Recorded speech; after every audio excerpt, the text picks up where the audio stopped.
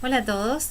Hoy vamos a trabajar con la construcción de mapas conceptuales. No sé si alguno de ustedes tuvo tiempo de leer el material que les envié, elaborado por la profesora Consuelo Antilla sobre la construcción de estos mapas. En ese trabajo ella relata que desde que conoció esta forma de trabajo no la ha podido abandonar y me consta que ha profundizado en su utilización didáctica en clases.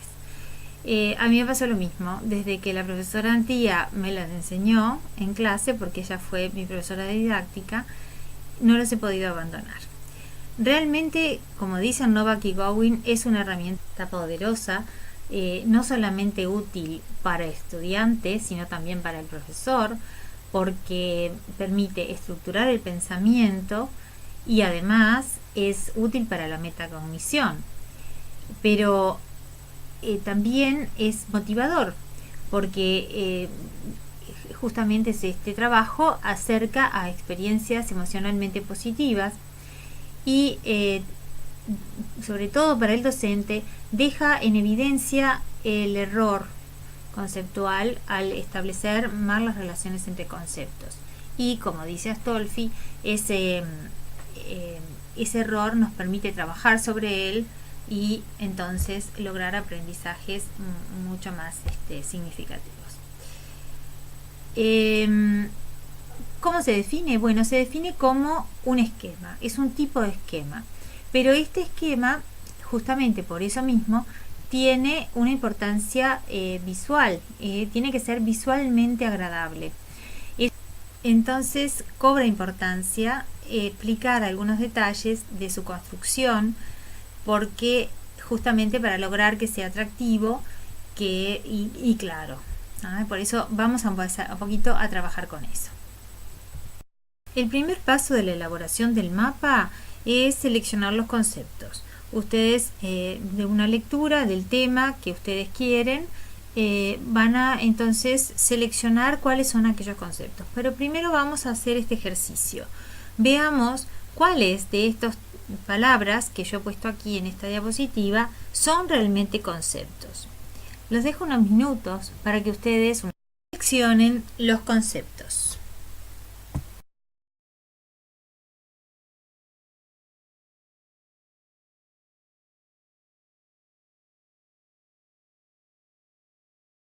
Es momento de comparar la selección que hicieron con lo que acabo de presentarles. Acabo de marcar los que efectivamente son conceptos. ¿Cómo seleccionamos? Bueno, justamente los conceptos tienen que darnos una imagen mental, ¿sí? Nos otorgan una imagen que además tiene regularidad, que todos tenemos más o menos la misma idea sobre ese concepto. Por ejemplo, todos cuando pensamos en perro decimos o estamos pensando en un animal de 4 patas, 2 orejas, etc. Unos pensarán en su perro, otros pensarán en el perro del vecino, pero todos tienen una idea bastante aproximada de lo que es un perro. Así pasa lo mismo con célula, con sol, con silla y con caer. Las otras palabras que no están señaladas no son conceptos. Veamos un ejemplo. ¿Por qué Uruguay no es un concepto?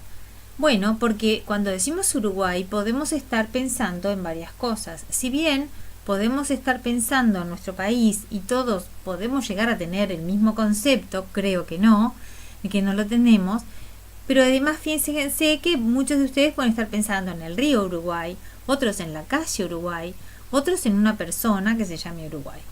Es decir, los nombres propios generalmente no son conceptos. Pasemos ahora al segundo paso.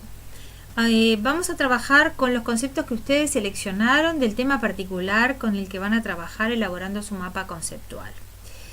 Una vez que los tengan delante, elaboren con ellos grupos de conceptos, es decir, en una hoja de papel coloquen en listas los conceptos que tienen para ustedes más relación. Pueden repetir conceptos entre 2 o más grupos en este caso. En este momento haremos algunas precisiones o recomendaciones desde el punto de vista práctico. Como habíamos dicho, el mapa conceptual es un recurso visual. Por lo tanto, se aconseja no trabajar con más de 11 o 12 conceptos, por lo menos al principio. Vean que más o menos tengan esa cantidad de conceptos para iniciar esta parte. Y otra vez, como también dijimos, lo más importante aquí es el proceso de elaboración, y que nos vamos a encontrar con errores y que vamos a trabajar con esos errores. Entonces sería conveniente que ustedes de aquí en adelante trabajen exclusivamente con lápiz y goma. Bueno, con todo eso pronto, vayamos ahora al paso 3. Tenemos que ordenar los conceptos jerárquicamente, ¿sí? Como dice Antía, en el mapa los conceptos se ubican según su jerarquía y esta se define según la inclusividad o la importancia, de manera que los más inclusores o los más importantes se ubican más arriba en el mapa. Por eso, fíjense, ordenamos, como dice allí, los conceptos, y hay un concepto que pongo arriba que se llama concepto inclusor. ¿Cuál sería, por ejemplo, un concepto inclusor? Supongamos que tengo 3 conceptos. Uno es el concepto de célula, el otro es el concepto de célula eucariota y el otro es el concepto de célula procariota. Bueno, justamente el concepto de célula incluye a los otros 2 conceptos, es decir, los tipos de células están incluidos en el concepto general de célula. En la relación que hemos establecido, además, agregamos líneas de enlace que unen esos conceptos y, como ven, en el centro de ellos va a quedar un espacio para la palabra conectora. Una vez esta. Cuando las relaciones están establecidas, entonces estamos en el cuarto paso. Es decir, hemos agregado todos los conceptos del grupo, pueden ser más de 3, obviamente, ¿no? Vamos a seguir nosotros con este ejemplo, pero serán 4 o 5 palabras en ese grupo que habíamos elegido, están unidas por conectores y entonces a esto le vamos a llamar un mini mapa, es decir, un pequeño mapa conceptual con cada uno de los grupos que habíamos elaborado originalmente. Veamos ahora que necesitamos elegir la o las palabras que servirán de enlace a estos conceptos. En este momento, entonces, lo más práctico será tratar de leer los minimapas desde el concepto de más jerarquía hacia abajo, intentando encontrar las palabras que justamente enlazan esos conceptos y las podemos ir escribiendo. A continuación trataremos de reducir esa escritura que acabamos de hacer para que quede con las menos palabras posibles y lo más claro posible. Lo único que queda es ahora unir todos los minimapas que hayan construido y teniendo la precaución de que cuando lo puedan leer sea de arriba hacia abajo. Es posible que algunos conceptos estén repetidos en diferentes minimapas. Eso es justamente la pista para encontrar el lugar de unión entre estos.